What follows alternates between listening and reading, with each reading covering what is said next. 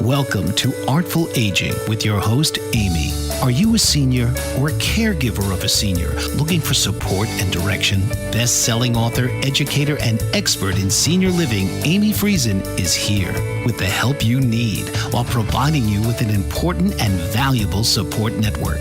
So now, please welcome the host of Artful Aging, Amy Friesen. Morning, everyone. I'm Amy Friesen. This is Artful Aging with Amy. Thanks for joining us today. We're coming to you live from Bold Brave TV.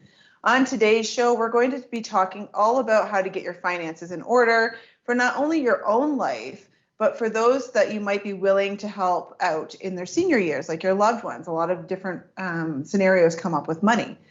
Many families tell us that they are needing to chip in to pay for care or for retirement living as their loved ones age. And those might have had, a job in the home or not had a pension or not saved properly. There's lots of reasons why people need a little bit of a boost in their senior years. And so they need to be able to afford care over time. My guest today is Jim Clement, a financial advisor and wealth manager. Jim works with seniors to develop strategies for their wealth, estate, and tax planning. Jim also works with individuals who are looking at how they can help loved ones financially with the lowest impact on their own financial lives, which is all important. All of us want to be able to have our own money and do what we need, but also many of us want to be able to help our loved ones out. Welcome, Jim. Thanks so much for joining us today. Thanks for having me. So, Jim, as I mentioned, there are many seniors who are finding themselves in a financial pinch or a financial pickle when it comes to their care and their living arrangements. I speak with families very frequently about the struggle and how to balance their own family finance, but also contribute to their aging parents' needs and adding additional funds. So, Jim, what do you feel are the main contributors to this lack of income or savings when seniors get to a point of needing more care or even even a retirement community? Yeah, so there's really four main reasons for that. And the number one is inflation. And we're seeing the full impact of inflation right now. If you're doing your groceries or going to the gas station, you've seen that prices go up massively. So the number one thing is $50,000 from 10, 15 years ago was not what it's worth today. So when we're talking about seniors, a $50,000 pension 20 years ago was significant, but now you're a retirement home and you have retirement homes. It's very common to see one that's $4,000 a month. So there goes your whole pension. And that's not even talking about any extra spending. So inflation is one of the big ones. Number two is we're living longer than ever. So 20, 30 years ago, you retired at 65 and you expected to live till 75. So you only needed about 10 years worth of savings. And now we're seeing people retire young, where it's common to see people retiring at 55, at 60, but our life expectancy is now past 85 years old. So you're looking at 20, 30 plus years of expenses. So if you don't have a pension, that's a lot of money that you're going to have to be bringing in. So people don't necessarily plan for that. They saw their parents retire and pass away shortly after and did not plan for that accordingly. And that brings me to the next, the lack of planning. We often compare ourselves to other people. We compare ourselves to the neighbor next door who they're happily retired, but we don't know that they're sitting on two big federal pensions when we're self-employed. So we don't plan accordingly to it. Or if we do plan, we invest instead of plan for retirement. So you're putting money aside every single month. So you're saying, okay, I'm putting $100 aside. I've been doing that for a few years. It's all going to work itself out. That's not necessarily the case. You haven't looked at where are you going to invest? Is it the right investment vehicle? Is it going to be right for your flexibility? Does it allow you to take advantage of the government pensions that you are entitled for, especially old age security?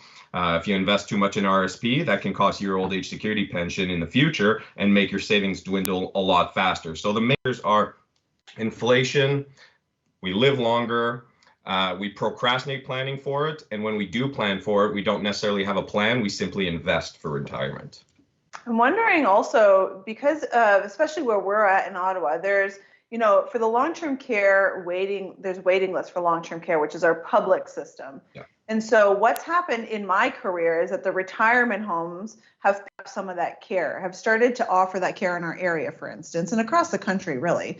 But I wonder if one of the other contributing factors might be the fact that, back when the seniors of today had their parents being seniors, retirement living as it is today was not what it was, right? It's obviously growing, the market's needed. And so whereas, they might have been family caregivers for their loved ones, or the investment is on their time, not the investment in a retirement community that's going to take care of care. Would you think that might be a contributor as well?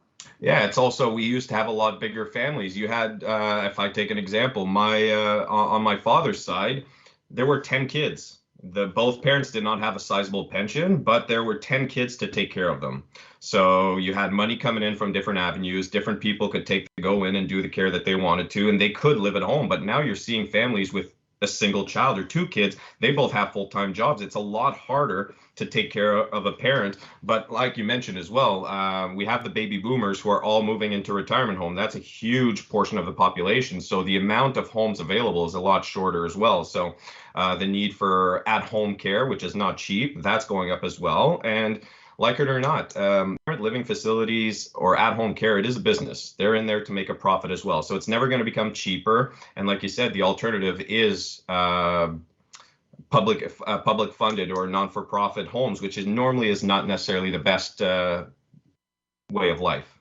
But sometimes it's not the most delightful option. Like they definitely get a bad rap. There's definitely lovely long-term care homes, but with COVID, all that stuff and all the lights that's been shined everywhere, right? It leaves a bad taste in people's mouths and they hesitate, right? And then retirement living from that end could go, like you said, it could be 4,000. It really could range in our city from, $2,500 up to $15,000 a month, depending on what their care actually looks like and how much the retirement home needs to supplement. So it's great. There's a spot where they can do care for individuals and they can provide that care and take a little bit of the pressure off the family. The family's always going to be a caregiver, but also it comes, like you said, it comes at a cost. And yes, they are providing the service, and yes, a lot of people can benefit from that, but not everyone.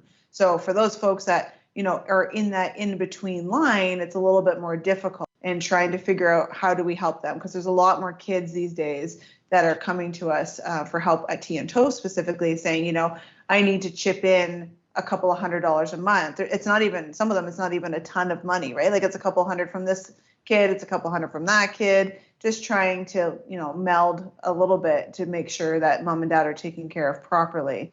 And so it gets to be a little bit sticky, especially like the families are so much smaller. Like it's just me and my sister, for instance, or it's just, my husband is an only child.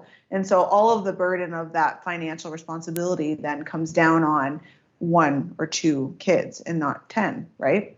Mm-hmm. So let's continue this conversation in a minute. Jim, we're going to be back in just a few minutes on Artful Aging with Amy. We'll see you then.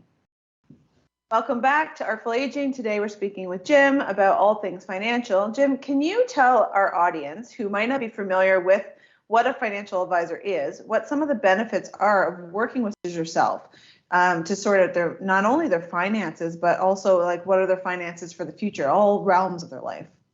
Yeah, so we just talked purely about caregiving and the financial planning towards that. And there's so many contributing factors to take into consideration. So it can be extremely overwhelming to do it on your own. And the fact of the matter is I've been in this business I've been specializing in 8 years now. And there's still cases where we need to develop new strategies, new types of plans just to accommodate the clients. So to do it on your own, it's very overwhelming. I don't know if you've ever been on CRA and tried to make sense of simply how to utilize CPP and OAS. If you start at 60 years old, or you start at 70 years old, what do you do with OAS? How does OAS clawback work? Just taking that into consideration is extremely daunting, but then investing into questions. So how do you plan for retirement planning? How do you plan for caregiving, whether it's for yourself or for parents? Do you invest that in your RSP? Do you invest that in your TFSA? Do you want to use that contribution room for your parents and for your care?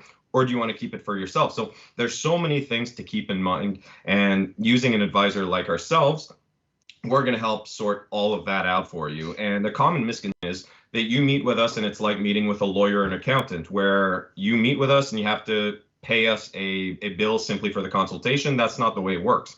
We're actually compensated by the companies that we deal with. So if ever you do decide to do business with us, we've built the plan for you. We decide where the money's going to go, how we're going to invest it, how we're going to do our withdrawals, how we're going to utilize that money later on. And you don't have to pay me anything. It's not out of pocket. It's the companies that we deal with, whether we take them to a financial institution, whether we take that money invested with an insurance company, they're the ones who compensate us to manage the clients. It's not coming from you directly. And the last thing is, a lot of people, they say, well, I don't want to work with an advisor because they're going to make me a budget and I'm not going to be able to live my life. Well, the way that we work is we try to build the plan around your lifestyle. So the last thing that we want is for you to be able to enjoy today so that you can enjoy tomorrow. So we're not going to make sure, we're going to make sure that you can still take those trips. We're going to make sure that you're still going to be able to pay your kids' education and figure out your future care, your parents' care, everything like that. We're really going to make a plan that is holistic on all areas of your life. We're not just going to take one plan and just focus it in one direction. So that's normally the biggest thing is people worried that I don't want to work with one because one, we're too expensive, and number two, I have other goals. I don't want to focus on that right now. Well, let's take everything into consideration and let's take care of it. So that's probably the biggest reason why somebody should work with an advisor. I think that a lot of people as well, it's kind of similar to, my field in retirement living planning, right? Planning general, people, again, that have watched our show know that I'm all about planning, but it's difficult with financial planning because unless you're putting it towards something specific like a trip or something like that, right? And you're like very small scale and you're trying to plan for your future, it's all this unknown. It's all this guesswork that you're doing your best to try to figure out, but then there's no substance to it almost is kind of what I'm thinking. It's like, it's hard to like, hey, this might happen, but people, don't know if it's going to happen. And then they feel like paying this money for something that might not happen. And it's all these unknowns. Does that cloud the vision a little bit, do you find? Absolutely. So I think the saying goes, a goal without a plan is simply a wish. So if you're simply trying and you don't have anything earmarked, you're simply, like I said, simply investing instead of planning, you're simply wishing. You don't have a plan into place. Yeah, for sure. And if you were joining us last week, Sarah and I talked taxes and benefits. And today, we're going to work with Jim to look more specifically on ways that we can plan out our path, our financial path that can include having some extra money for your loved ones or your kids or who else you want to make money rain on, I guess. Jim, let's briefly discuss warning signs. Many of the adult children we work with have no idea about their parents' finance because, let's face it, many seniors are willing to share that information. It's a different generation. It's just hush hush more than anything. So what are some of the warning signs adult children could look for that their parents may be getting into things over their head financially? Yeah, so you nailed it. They don't want to talk about it. That's the number one warning sign is they don't want to talk about it and they tell you don't worry about it. They grew up in a time where it was don't talk about money, don't talk about religion, don't talk politics.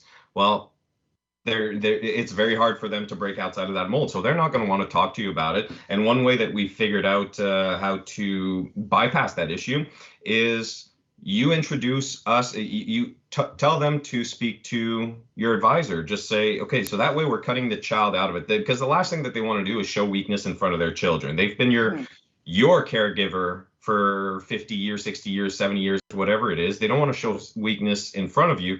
So if you put a third party in front of them to take care of them, that normally alleviates some of that problem. Or you have a joint meeting where you meet with, let's say, myself, the caregiver, the child, and the senior parent. And that way there is that impartial third party to break the tension in those meetings, because now it's a business meeting, it's not an emoting. But in talking to some clients who were worried, some of the signs are, number one is food. If you're going to visit and they're constantly eating canned food, they're not going to restaurants, they're not eating necessarily healthy, that means they might be nickel and diming their way through. So they're trying to penny pinch wherever they can. They're doing couponing, buying a lot of canned foods. One, that's not good for their diet. And number two, that is a warning sign that maybe financially they're not as free. And the same thing with the clothing. If they're wearing the same clothing over and over and it's becoming raggedy, it means they don't want to splurge on 30, 40, 50 bucks worth of clothing. So again, it's just signs that they are penny pinching. And those are two that you can see if you go visit, and you can see that the place is filled with just empty cans of food and they're still wearing the same clothing that you saw them wear 10 years ago. Those are some signs that maybe things aren't financially stable, where you can bring up, hey, listen, we just met this advisor who actually specializes in senior care and senior income. Do you want to meet with them? And they might take that opportunity and say, holy, I do need to meet with them. And then you can have the conversation. Do you want us there, or do you want to handle this yourself, and whatnot? So very sensitive topic, but try to bring an impartial third party. That's probably the best way to do it. Yeah, I find that as well. And opening up that conversation. So we're going to take a break, Jim. We'll continue in a couple of minutes. You're watching Artful Aging with Amy on Bold Brave TV. See you soon. Welcome back. You're watching Artful Aging with Amy. We're discussing how children of seniors can help contribute to their senior loved ones' lives, how they can, not go into debt doing it themselves. We're going to talk about all of it. Jim, let's look at what adult children can do to have a little extra money to help their loved ones out. What types of strategies should these folks maybe look at? Yeah, so that can be very individualistic, but there's a few strategies that pop up and that normally you can do regardless of the situation. And number one is, it's a very underutilized and not known product. It's called long-term care insurance. And basically what long-term care insurance is it's just like any insurance policy. You can pay for it for your parents, and the benefit will be paid to your parents. Your parents can pay for themselves, or in a lot of cases, it's the child and the parent. They split the premium if it ends up a little bit too expensive. But it's a insurance policy that when your parent that you want to give care to, if they can't do any two activities of daily living, so whether that's getting dressed, getting fed, cleaning, traveling, any of those, they would receive a weekly benefit for a specific amount of time. It can be for life, but that's based on the budget. We can build the policy to fit the specific need. They would receive this tax-free benefit anywhere from $100 a week up to $5,000 a week. So if you say, well, we're probably not going to be able to build enough of a nest egg to build that value ourselves, then you can buy a policy, which I wish I could tell you how much it costs, but again, it's so individualistic, whether it's we only need a little bit to subsidize maybe a little bit of home care, or we want to put them in the best facility imaginable. We really want to boost their income. And as soon as your parent starts to not to be able to care for themselves, then they'll receive that benefit for however long it needs. So utilizing long-term care insurance takes a lot of the pressure off the child to say, okay, I need to put money aside now to be able to care for them. They can simply rely on that insurance policy to kick in whenever the need arises. And the other one is to build a nest egg. So you see your parent, they're retired, and they might not have a spouse. You can see, okay, well, I saw my grandparents, they needed care, so I'm going to put money aside. So let's say you put $6,000 aside in your TFSA every single year, and that's earmarked for the parent. So you build that portfolio up for $100,000, and when the time comes, okay, now I need to put my mother or my father, I need to put them in a care facility. Well, that money's earmarked for them, so they're going to be covered that way. But the child still has to retire one day. That child still is going to need some sort of nest egg for themselves. So what you do is you build that nest egg for the parent, and you purchase a life insurance policy on the parent. So as they're getting the care, this next nest egg is going down, utilizing these funds for whatever need they have.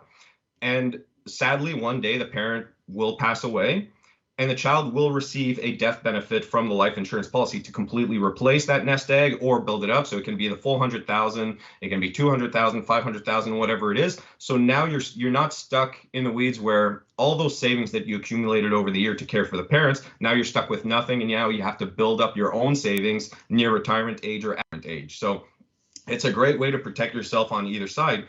And if ever there is a case where the parent never needs the care, let's say they live in their home happily for their entire life and they pass away peacefully, that money's still yours. That nest egg that you built, it's in your TFSA. So it was earmarked for the parent. They never needed it. Now you can utilize it yourself for your own retirement needs, for your own care. And also, it's a very good strategy because it protects you from both sides. That is a very good strategy. I actually haven't thought about that. And that's one of the things about the show too, is that I learn just like everybody else. And it's all the stuff when I talk to people. So, when I've worked with financial planners before, and a lot, some of the starting point is, how aggressive do you want to be with your savings? Are you conservative? Are you young? Are you old? All of that stuff.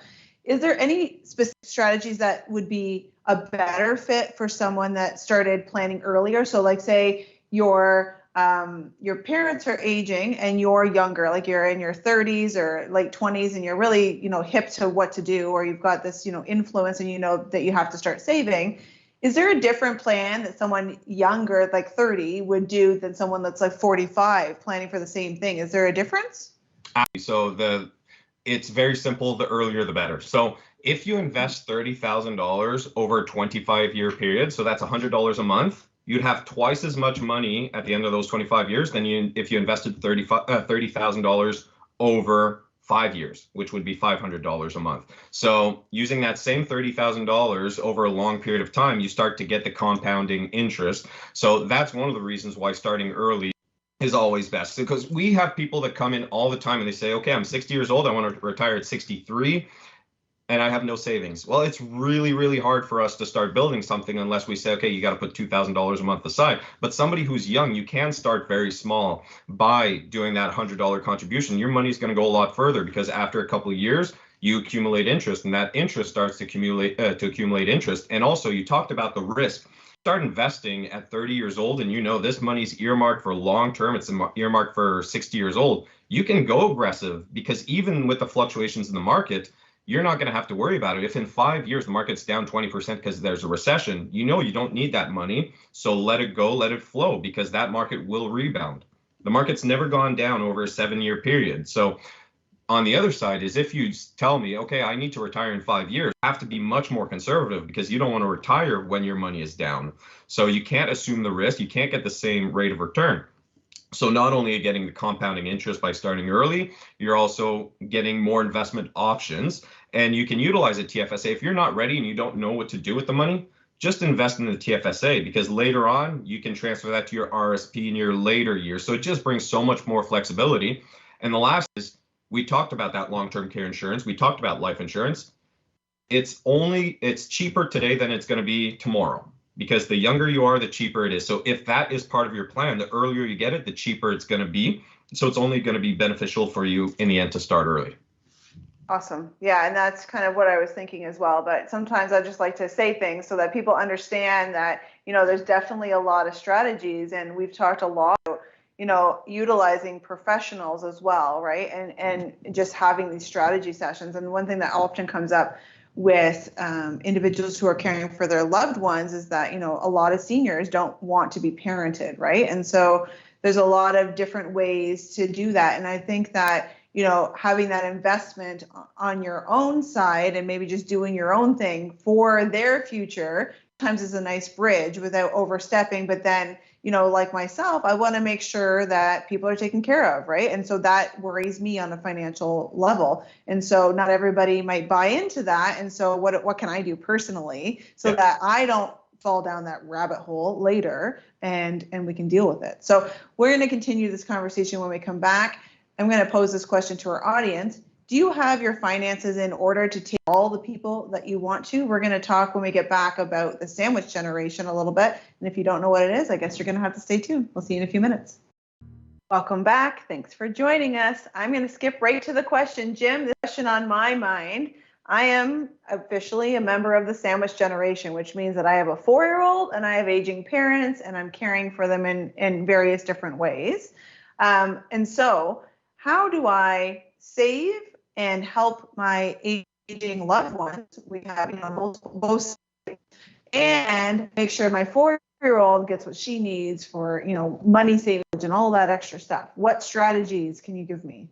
Yeah. So again, you it's complicated because, like you said, the money has to go in so many different areas that normally people in this situation, they are paycheck to paycheck. A lot of money is going towards the care of the parent, and a lot of money is going towards the child. So they don't have time. Then they lose themselves, and they don't have time to accumulate any types of savings. And those are the generation that we're seeing. They are getting close to retirement, and they can't retire because they have no savings aside. So this is where using the strategy that we talked about earlier of using life insurance as part of the plan can be extremely beneficial, because you're going to be caring for that parent the rest of their lives, and when they pass away, that's when you receive, and boom, now you have the savings that you haven't been able to accumulate because you've been living paycheck to paycheck.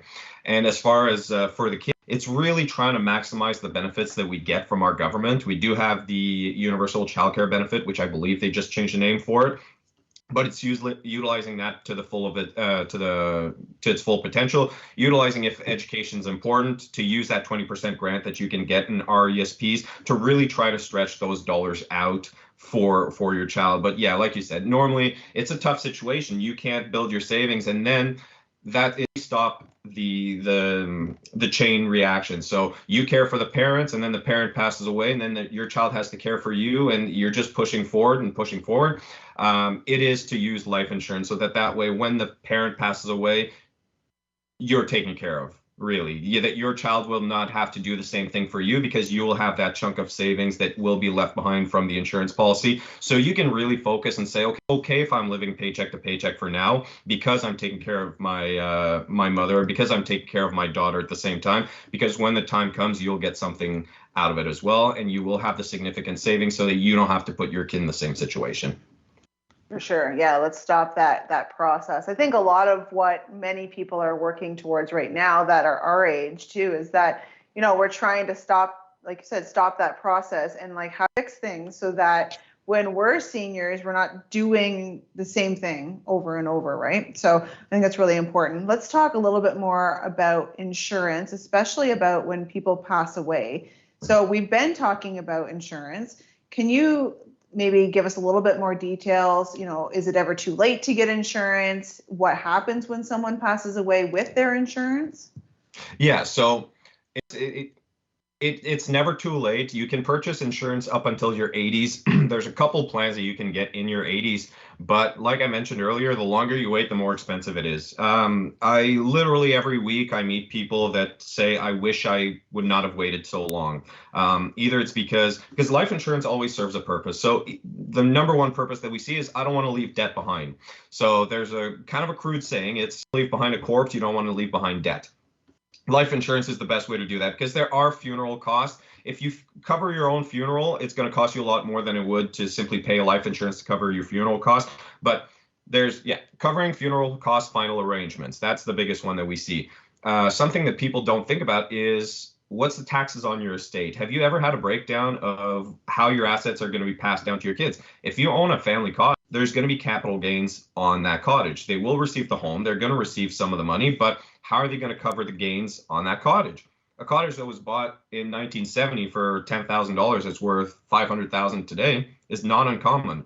And there's $250,000 in gains from that cottage that the money's going to have to come from somewhere. So whether that need is for funeral arrangements, to cover any taxes on the estate, too often we see people simply wait too long. So you can get a plan. One thing that we do see, we talked about the sandwich generation. We see people buying insurance on young kids that are 3, 4, 5 years old, so that way they never have to purchase insurance for the rest of their lives. And then on the other side, we see people who are 75 who say, I should have done it earlier. So no, it's never too late, but it's always going to be more beneficial to do it early. And the way that it works, it's simple. Once somebody passes away, we receive a death certificate and a proof that they are deceased. And then the beneficiary receives a tax-free benefit of whatever the amount was. It can be $10 million. It can be $10,000. They receive that benefit tax-free. doesn't have to be earmarked for anything. It's the beneficiary's money. So hopefully the parents, beneficiary had a conversation about, okay, you're going to receive this check. This is what it's for. There's going to be taxes to pay on the cottage. My funeral is going to be $25,000. And then the rest of the money, I want the grandkids to be able to go to school and whatnot. So that's why it's important to have a will in place. I'm sure you've talked with somebody who was an expert in wills to make sure that that life insurance money is utilized properly. And you mentioned too about the kids insurance. We have that for Eve. It's solely, well, not solely, but generally I want to set her up better than I was set up. Like every generation, we want to just do better by our kids, right? And then that life insurance is already going since she was like 1, and so we would hand it over to her at 18, and then she just doesn't have to worry about that stuff, which I just think is such a gift. Hopefully she finds that to be a gift down the way, but we'll see. And the other thing too is what happens to, I guess it would be at that point most likely a RIF. What happens to their RIFs and any of that type of savings stuff that they have when they pass away? Yeah, so the biggest worry that we see in RIFs is people invest in RSPs their whole life, regardless of what pensions they have, what their situation is. And then when they retire, they don't want to take the money out because you're taxed on that money. So they take the money out, they lose their old age security, or they get bumped up to too high of a tax bracket. You never utilize that money. When you pass away, the day you pass away, it's like you took every single dollar out at once. So you can be taxed. It's very common to be taxed at 53%. So all that money that you invested your whole life, you lose over half of it to CRA, and you never got to see any of it. So we encourage our clients to actually, first, before you invest in RSPs, have a plan. And number 2, take more than you need out, because you can simply take it out of that RIF pocket into another pocket that's more friendly to your estate. Because it's way better to pay 23% in tax now than 53% later. Use your money. That's a lot. That's right. What I'm telling a lot of people, you too. So, all right, well, it's that time again, Jim. We're going to go for a break. We will see everyone back here in just a couple minutes on Artful Aging with Amy. Hello again. My guest Jim and I have been speaking about ways that you and your loved ones can move around money to make it work better for you and any of your loved ones that you would like to spend money on. I think now is a good time to ask you, Jim, what are your top tips? I know, what would you recommend that seniors and their children can look into doing? And remember, don't forget the sandwich. We want to make sure that we're helping our loved ones that are seniors when we, if we want to, but also a lot of those same people have children that are young. What would you say, Jim? The number one thing, and it's always the same, and it comes back, whether we talk to somebody who's worth millions and millions of dollars, whether we're talking to somebody who's financially strapped, they always say the same thing. I wish I would have started earlier.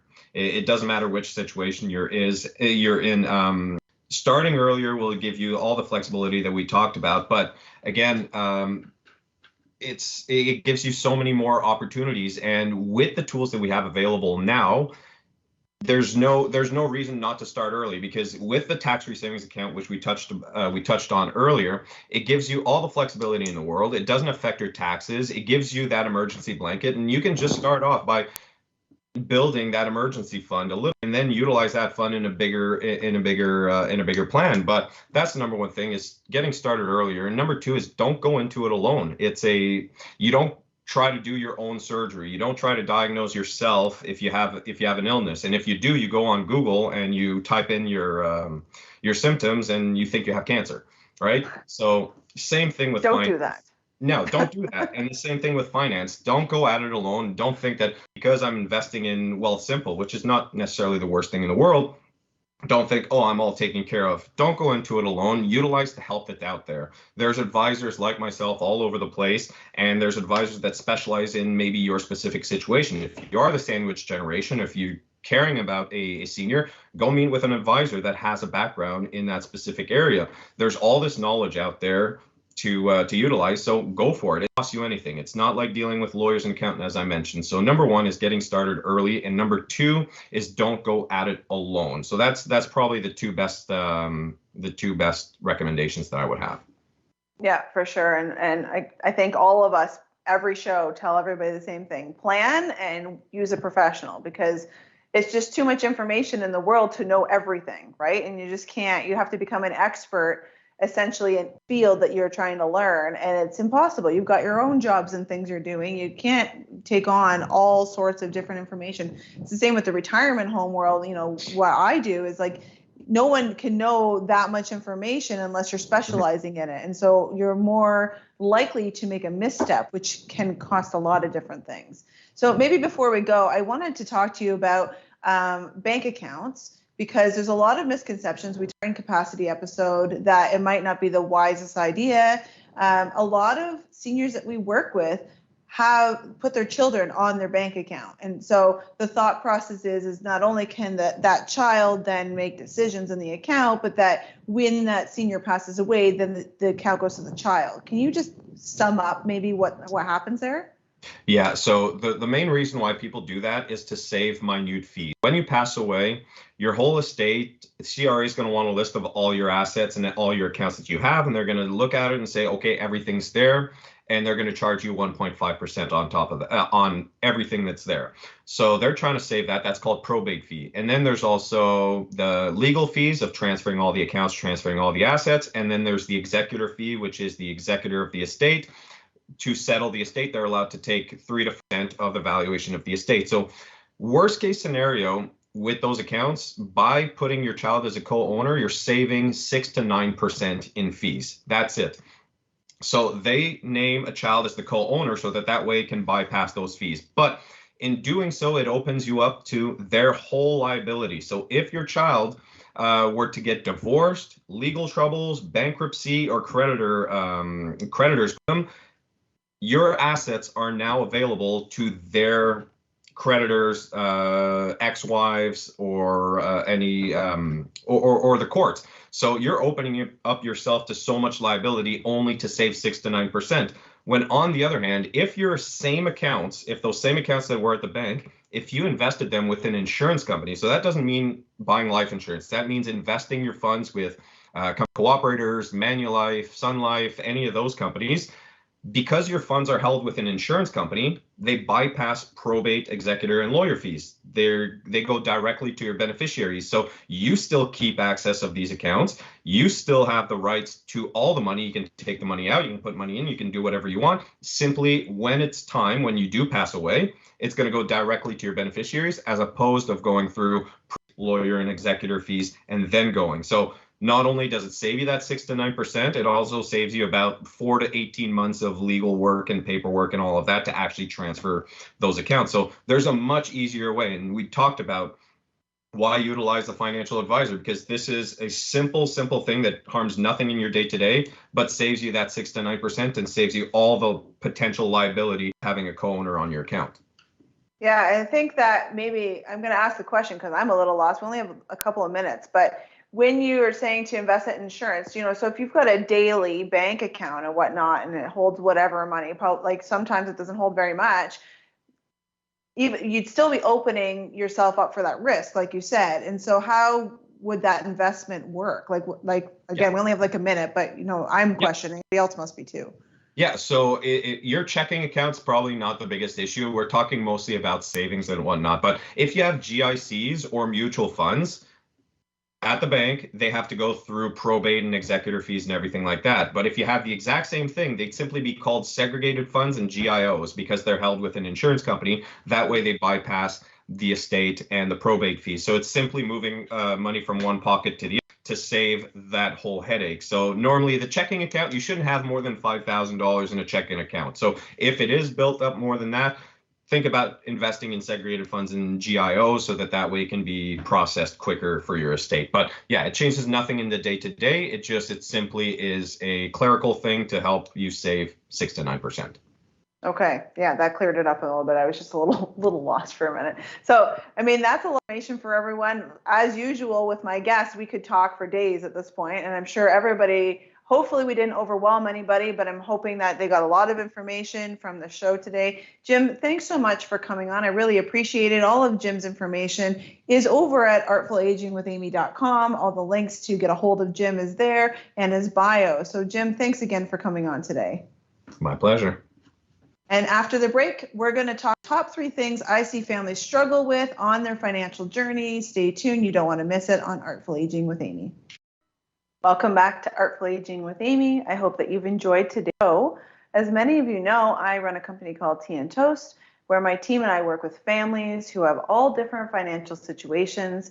And also being in the community, we see so many different situations between families and their finances. Some have only what's been given to them by the government, like OAS and CPP in Canada, while others have pensions and savings. And so I thought it would be good to share my top 3 concerns families have, so that if you are also struggling, you may have some direction. So number 1, my parents needs care and wants to stay in their home but doesn't have the budget to allow it. In this scenario, many families look at public care provided by our government, and this could be in-home or long-term care. The trick is with this scenario is that your loved one needs to qualify for this care, and sometimes there's a waiting list. So if this sounds like your situation, consider speaking with someone sooner rather than later to get all your options outlined so that you're not caught off guard when things change. The second scenario is my parents need to make a move to retirement home and I need to help supplement them until they get accepted into long-term care. As Jim and I were talking, a lot of people go to retirement homes while they wait for long-term care homes, and there's a cost obviously for retirement homes. So in this situation, it's important to have accurate information about the monies that are coming in, that are being brought in, and where they're coming from.